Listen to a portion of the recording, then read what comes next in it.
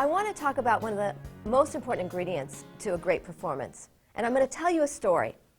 When I was at the Screen Actors Guild Awards, and Meryl Streep was there, and I had the opportunity to see her, talk to her, and connect.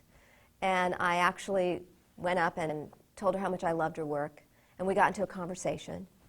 And she was up for a SAG award. And a lot of actors, when they're up for awards, are extremely nervous and not necessarily open, and there's a lot of anxiety and energy and a lot of protection around them. But Meryl was open and happy.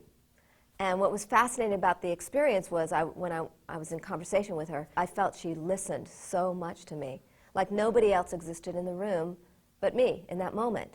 And what it gave me, the insight is the power and the magic of how she listens. And of course, she is who she is, and her work is as good as it is. And I think in part to just that amazing skill. In our business, we have these industry parties, and when I was very young and very new, I remember working rooms and meeting people and how unlistened I was, and how many people were looking for the next connection or the next important person. And you sort of got used to, oh, I get it, people aren't going to be maybe sincere.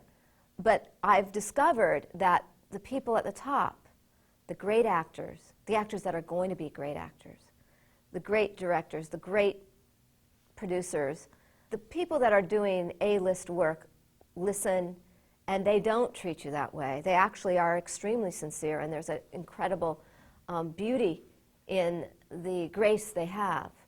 And that's what I want to impart to you, is that how well do you listen out there in the world? How open are you to actually grant the empathy and energy of others around you, because it will help you build as an actor. I think one of the most important qualities an actor has is empathy. How else can you step into other characters and reveal their pain and their joys and hopes and fears if you aren't empathetic to their story? And so it begins with just your friends. It begins with just the people in your environment. And it begins with having a moment to stop and make others just as important as you, as Meryl did with me. That moment that I had with her will stay with me for the rest of my life.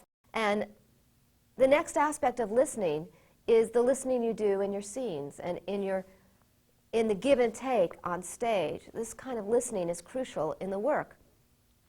How well do you listen when you're given directions? It begins with simple things, like when somebody gives you directions, even how to make a cake. How well do you do that? Do you really listen?